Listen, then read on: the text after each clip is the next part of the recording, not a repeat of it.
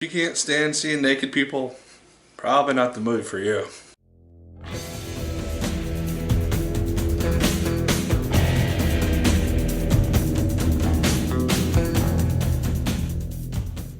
Hello once again, watchers of good movies. My name is Nick Pell, and this is once again coming from my apartment. Now today we're going to be talking about the film A Bigger Splash. Now I was very curious about seeing this movie from the very first time I saw the trailer because it seems to be like this very different type of movie. It stars Tilda Swinton as this famous singer. She's a performer. She had surgery on her voice, and so she can't really speak that well. She can't really speak that well during the majority of the scenes in this movie, and that makes for a very interesting contrast and different way of doing her character, I thought. She's on vacation trying to get away from the limelight and everything while she recovers with her boyfriend, played by Matthias Schoenaerts. I have no idea if I'm saying that correctly. I do not think I am. I apologize if I'm not.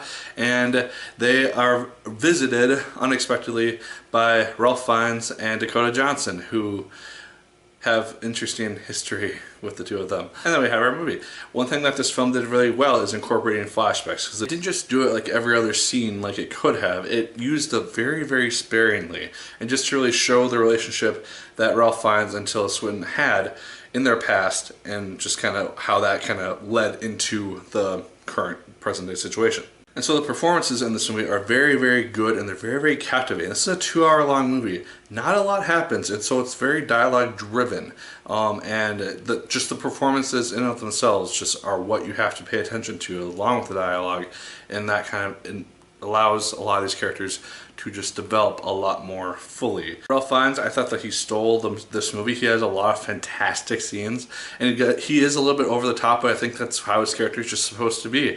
And it was just a blast seeing him on screen as this very energetic guy, but you also have some inkling that he's just not up to any good in this movie. And it's just kind of an interesting parallel to see, as you're not really sure if you're supposed to root for him or not. Also, Dakota Johnson, she also does very good in this movie. I really like that she's branching out from the 50 Shades movies. Like, she still also do them, but she's doing these other projects which are showing that, oh hey, she can actually act in decent movies.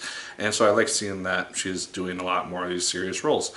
She is also very good in this movie. The one thing which really impressed me in this movie is the use of music. Because it's used very sparingly, just like with the flashbacks. And for a large chunk of the first half to 2/3 of this movie, there's not really a lot of background music kind of just playing off of these scenes.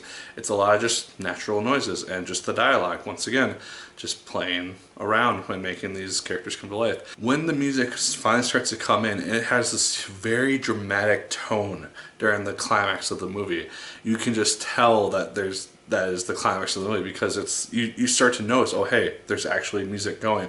It's very dramatic. It's a little bit over dramatic at times and kind of blows up the scene just a little bit, I thought, but just when it comes in, it's just so cool, and it just makes the scene that's used in just stand out all the more. There are like actual like artists that, like the Rolling Stones, I think they're used a couple times throughout this film, but just the orchestral stuff, loved it. Was very happy with how it was used. As I said in the intro to this review, there is sexuality, a lot of it. The whole main cast is naked at least one time, if not many times, throughout the course of this movie, and everything is shown. And I mean, if that's something that you are okay with seeing, you'll get through this movie. If you are very uncomfortable with that stuff, including male nudity, female nudity, whatever, if that stuff makes you uncomfortable, probably to stay away from this movie, because there is a lot of it throughout this movie, and so you have to be comfortable watching that in order to enjoy this film. My main issue with the film, though, is the length, because it felt like it could have ended about 3 or 4 different times in different places, and it just seemed to be kind of dragged out towards the end, when I felt like there was a scene which was just so well done and could have been a very cool way to end the movie, and that just keeps going for another half hour or so, and it just kind of started to drag the movie down for me, because I saw a very late night showing and I forgot how long the movie was, and so it just seemed to keep going and going for me. But guys, A Bigger Splash is definitely worth checking out if you are interested in seeing it. It's fantastic performances all around. Tilda Swinton, Ralph Fiennes, Dakota Johnson, Matthias something. They all do very good work. I like seeing their interactions and the different interactions that they have as characters throughout the course of this movie, and just you see their history envelop during these conversations, and you see just different parts of their past just come to light during conversations. And I like it when films do that with dialogue and very, very stylistically, as opposed to just showing us what happened in a flashback. And like I said, there are flashbacks in this movie, but they're really just used to show us what the relationship between Tilda Swinton and Ralph Fiennes was before the events of this film. They used that to contrast their current relationship now and seeing how that came to be. So those are my thoughts on A Bigger Splash. I definitely say check it out if you have the opportunity. I definitely recommend it. But guys, those are just my thoughts on A Bigger Splash. Let me know yours in the comments down below. Did you like it as much as I did? Did you hate it more than I did? Let me know. Like, favorite, comment, and subscribe once again if you so choose. I appreciate it immensely. And as always, grand people, my name is Nick Pell. And once again, keep on watching.